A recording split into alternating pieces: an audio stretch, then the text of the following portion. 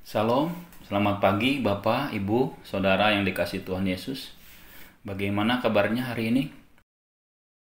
Saya berharap kita semua dalam keadaan yang baik dan selalu bersyukur kepada Tuhan. Amin. Mari kita berdoa sebelum menerima firman Tuhan.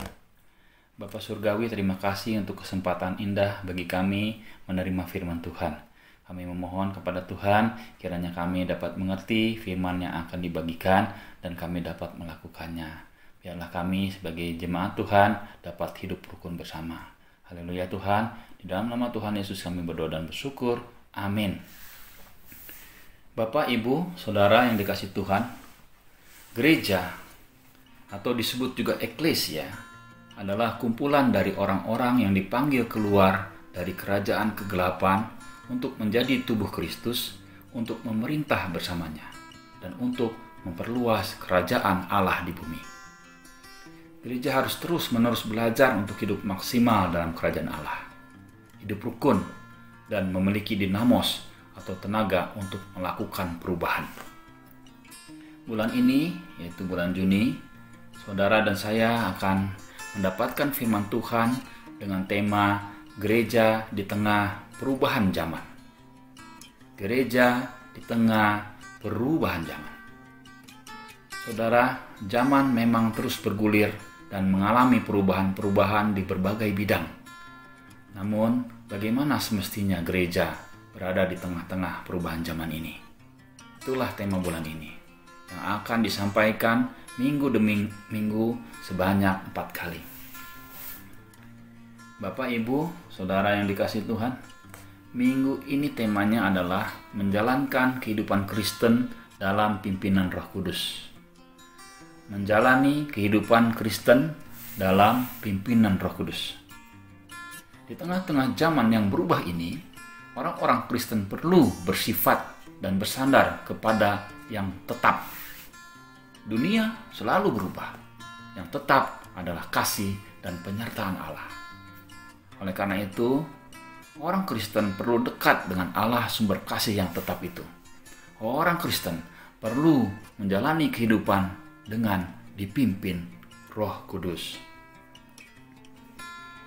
Bapak, Ibu, Saudara, kali ini kita akan melihat salah satu petunjuk bagaimana menjalani kehidupan dalam pimpinan Roh Kudus itu. Petunjuk tersebut diambil dari Filipi 2 ayat 12 sampai 18. Dan kita akan fokus pada Filipi 2 ayat 12 sampai 16. Mari membuka Alkitab kita pada Filipi pasal yang kedua, mulai dari ayat yang ke-12. Saya akan membacakannya untuk kita semua. Filipi 2 ayat 12 sampai 16. Demikian firman Tuhan. Hai saudara-saudaraku yang kekasih, kamu senantiasa taat. Karena itu, tetaplah kerjakan keselamatanmu dengan takut dan gentar. Bukan saja seperti waktu aku masih hadir, tetapi terlebih pula sekarang, waktu aku tidak hadir. Karena Allah lah yang mengerjakan di dalam kamu, baik kemauan maupun pekerjaan menurut kerelaannya. Lakukanlah segala sesuatu dengan tidak bersungut-sungut dan berbantah-bantahan, supaya kamu tiada beraib dan tiada bernoda sebagai anak-anak Allah yang tidak bercela di tengah-tengah angkatan yang bengkok hatinya dan yang sesat ini, sehingga kamu bercahaya di antara mereka seperti bintang-bintang di dunia, sambil berpegang pada firman kehidupan, agar aku dapat bermegah pada hari Kristus, bahwa aku tidak percuma berlomba dan tidak percuma bersusah-susah. Amin. Demikian firman Tuhan. Dari ayat-ayat yang baru dibaca tadi, dapat kita temukan 3 kata kerja, yaitu kerjakan, lakukan, dan berpegang. Lengkapnya sebagai berikut. Pertama, mengerjakan keselamatan. Kedua, melakukan segala sesuatu dengan tidak bersungut-sungut dan tidak berbantah-bantah. Dan ketiga, berpegang pada firman. 3 pekerjaan ini merupakan pekerjaan mendasar orang Kristen yang hidup sesuai pimpinan Roh Kudus. Jadi, Bapak, Ibu, Saudara, jika ingin melihat suatu komunitas Kristen sudah atau belum mengikuti pimpinan Roh Kudus, tinggal lihat saja 3 pekerjaan mendasar itu. Jadi, tidak dilihat dari banyak sedikitnya bahasa roh ya, Bapak Ibu. Kalau dilihat dari banyak sedikitnya bahasa roh, mungkin jemaat baptis termasuk yang paling sedikit. Mari, Bapak Ibu, kita lihat ayat per ayat. Kita lihat dulu ayat 12 dan 13. Demikian. Hai saudara-saudaraku yang kekasih, kamu senantiasa taat. Karena itu, tetaplah kerjakan keselamatanmu.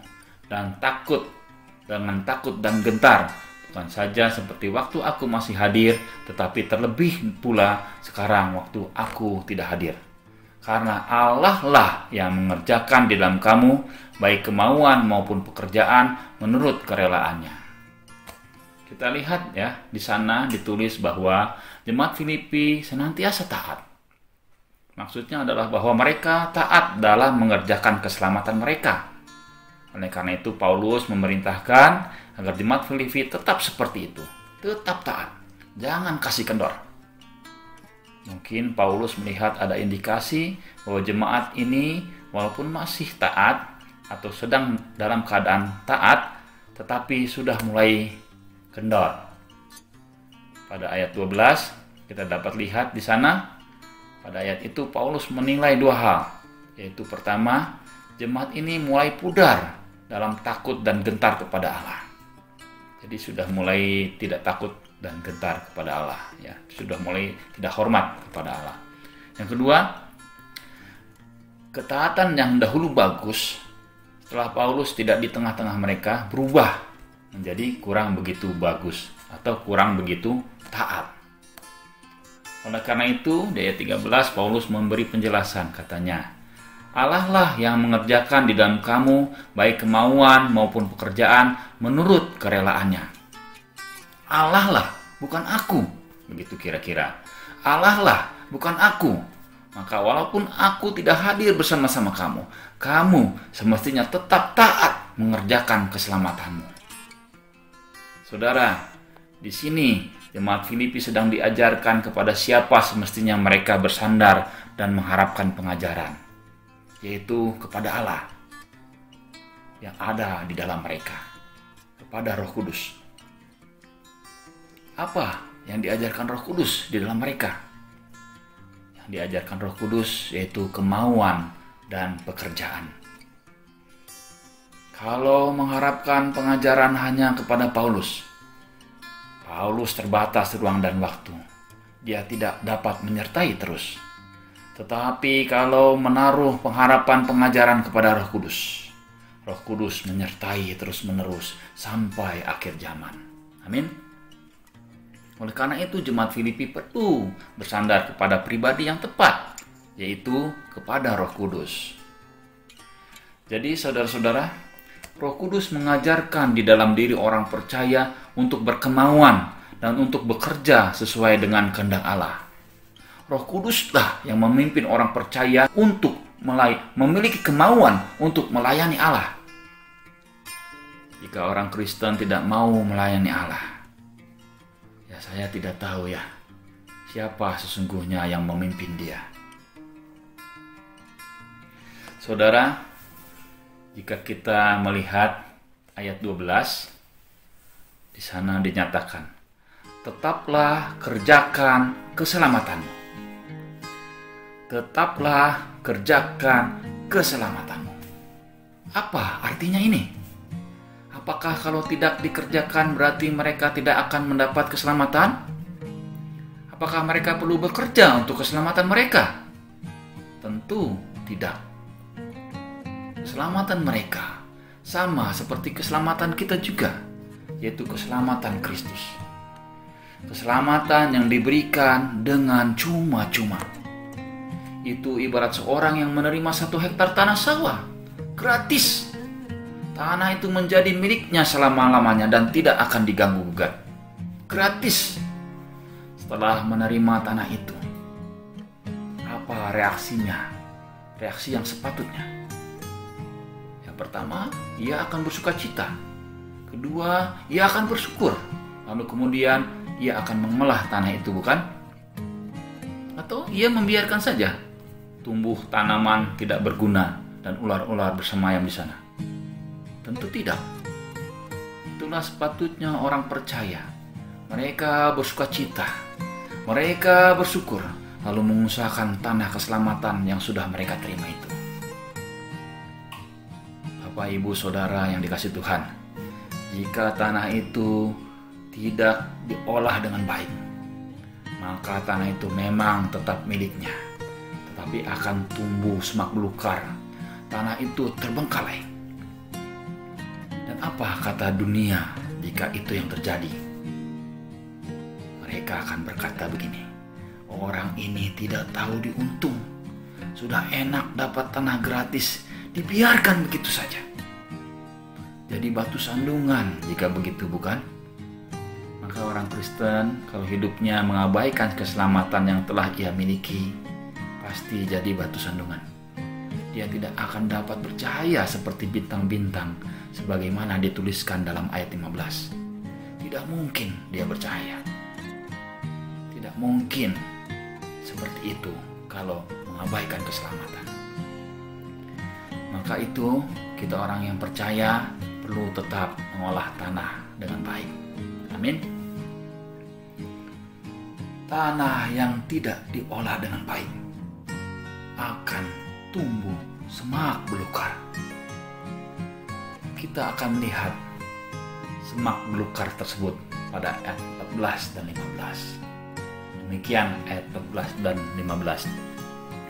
Lakukanlah segala sesuatu dengan tidak bersungut-sungut dan tidak berbantah-bantahan, supaya kamu tiada beraib dan tiada bernoda, sebagai anak-anak Allah yang tidak bercela di tengah-tengah angkatan yang bengkok hatinya dan yang sesat ini, sehingga kamu bercahaya di antara mereka seperti bintang-bintang di dunia.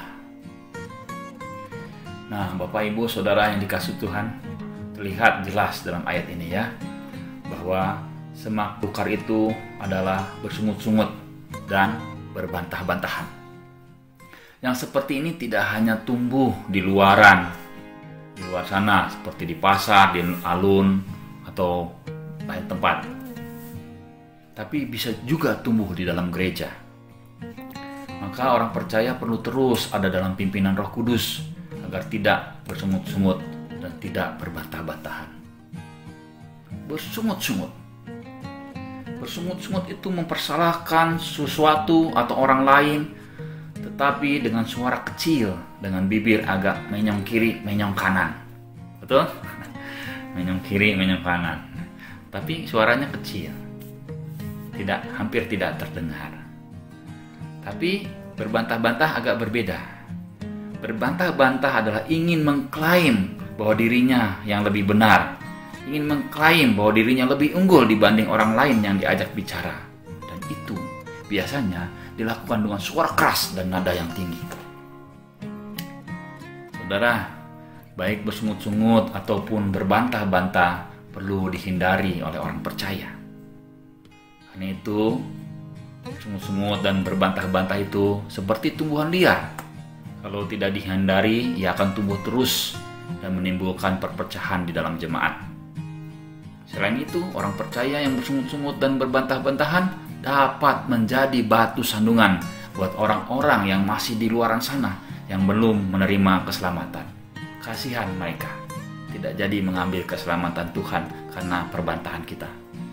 Maka itu, Bapak Ibu, pekerjaan pelayanan kita kepada Tuhan janganlah kiranya disertai sungut-sungut dan saling berbantah-bantah. Amin.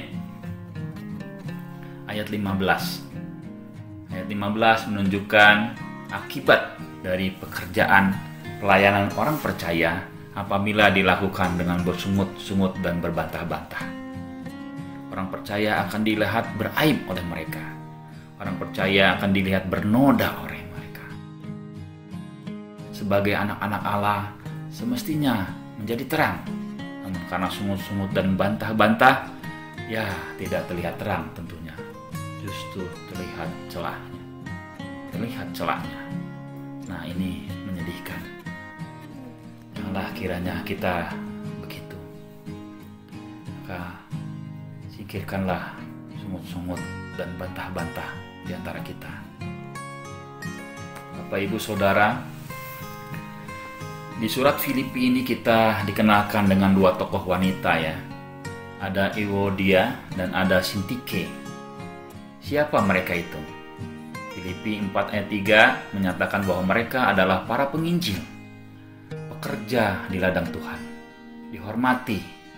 Mungkin beberapa orang meneladani mereka. Tetapi sepertinya mereka membiarkan pohon-pohon liar itu bertumbuh, membiarkan semak belukar menjalar. Mereka berselisih. Mereka tidak sehati sepikir. Tentu saja mereka menggerutu satu sama lain, saling berbantah-bantah. Isi perbantahan mereka memang tidak dijelaskan Paulus, tetapi sepertinya cukup gawat. Sampai-sampai Paulus tidak merasa cukup dengan hanya memberikan nasihat kepada mereka, sehingga ia meminta Sunsugos untuk membantu menolong mereka menghentikan perselisihan tersebut. Kira-kira jika panutan kerohanian seperti ini, apa akibatnya buat jemaat setempat? Apa akibatnya buat lingkungan sekitar yang belum mengenal Allah? Maka Bapak, Ibu, Saudara, patutlah semua orang, baik pemimpin rohani maupun jemaat secara umum, mau memperbaharui diri dengan menyerahkan dirinya dipimpin Roh Kudus. Orang yang dipimpin Roh Kudus pasti akan rendah hati. Orang yang dipimpin Roh Kudus pasti menganggap orang lain lebih utama dari dirinya sendiri, tepat seperti yang disebutkan Filipi 2 ayat 3. Orang yang bersifat seperti ini pasti dia membawa kerukunan di dalam jemaat. Tidak akan berselisih.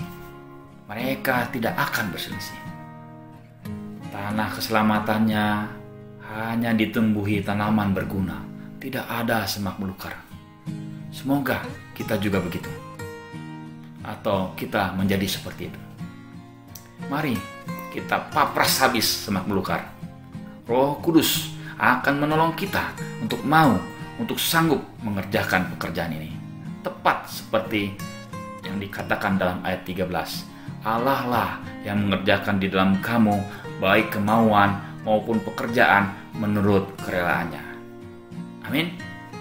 Mari kita papras semak belukar di dalam kehidupan kita berjemaat. Sekarang kita masuk ke bagian yang terakhir, Bapak, Ibu, Saudara, yaitu pada ayat 14 dan 16. Demikian. Lakukanlah segala sesuatu dengan tidak bersungut-sungut dan berbantah-bantahan, sambil berpegang pada firman kehidupan, agar aku dapat bermegah pada hari Kristus, bahwa aku tidak percuma berlomba dan tidak percuma bersusah-susah. Di sini sangat jelas ya Bapak Ibu, bahwa pekerjaan orang percaya dapat berhasil hanya karena ia berpegang pada firman kehidupan.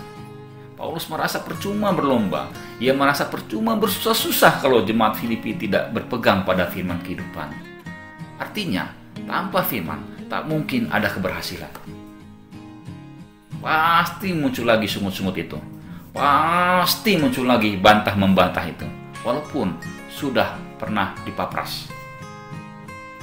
Jadi perlu firman Bapak Ibu untuk keberhasilan menjadi jemaat yang rukun, yang tidak ada sungut-sungut di dalamnya, yang tidak ada bantah-membantah di dalamnya. Tanpa kuasa firman tidak mungkin. Itulah manusia. Ya, ada kelemahan di dalam diri manusia. Hanya bisa ditopang oleh firman. Tanpa firman tidak akan ada keberhasilan. Amin. Maka kita perlu dekat dengan firman Tuhan. Maka mari Bapak, Ibu, Saudara, tidak henti-hentinya saya mengajak kita semua untuk setia dalam pembacaan Alkitab setiap hari. Karena itu sangat penting bagi kita. Tidak bisa kita berhasil mengerjakan pekerjaan keselamatan kita tanpa firman yang dibaca atau didengar setiap hari. Bapak, Ibu, Saudara yang dikasihi Tuhan, mari kita sama-sama memikirkan 3 hal ini. Pertama, keselamatan yang telah diberikan Tuhan Yesus kepada kita perlu kita isi dengan pekerjaan-pekerjaan baik. Pekerjaan-pekerjaan baik itu contohnya bersaksi, melayani, beribadah bersama di gereja, beribadah bersama di dalam rumah, berkarya di tengah masyarakat, dan lain sebagainya. Dapatkah kita mengerjakan itu semua tanpa firman setiap hari? Kedua, mari kita melayani Tuhan dengan tidak bersungut-sungut dan berbantah-bantahan. Sungut-sungut dan bantah-bantahan itu seperti pohon semak yang tidak berguna. Apakah kita akan membiarkan pohon semak itu bertumbuh terus, menjalar, meluas, sehingga menindas tanaman kita yang sudah kita tumbuhkan dengan berjerih lelah? Ketiga, di dalam Yesus ada nasihat, ada penghiburan kasih, ada persekutuan roh, ada kasih mesra dan belas kasihan. Semua yang kita perlukan untuk hidup rukun sebagai jemaat ada pada Yesus. Apabila kita merasa tidak sanggup lagi untuk rukun, karena merasa sudah sakit hati sedemikian rupa,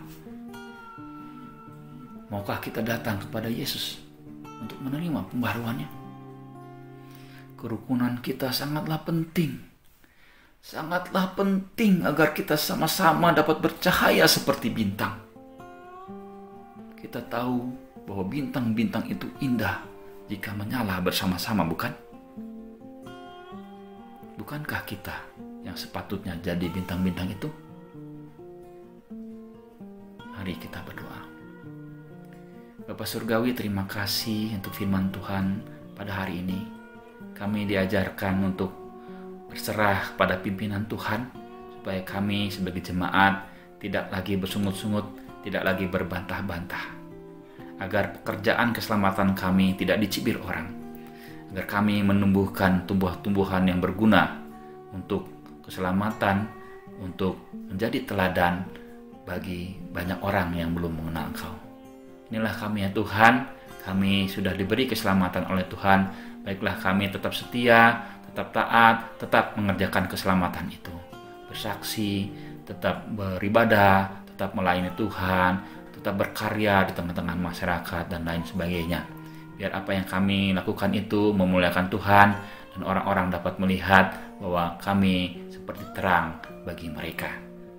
Terima kasih ya Tuhan, walaupun dunia berubah oleh karena berbagai-bagai hal, biarlah kami tetap bersandar kepada yang tetap, yaitu kepada Tuhan, kepada pimpinan Roh Kudus. Terima kasih Tuhan, haleluya. Di dalam nama Tuhan Yesus kami berdoa dan bersyukur. Amin.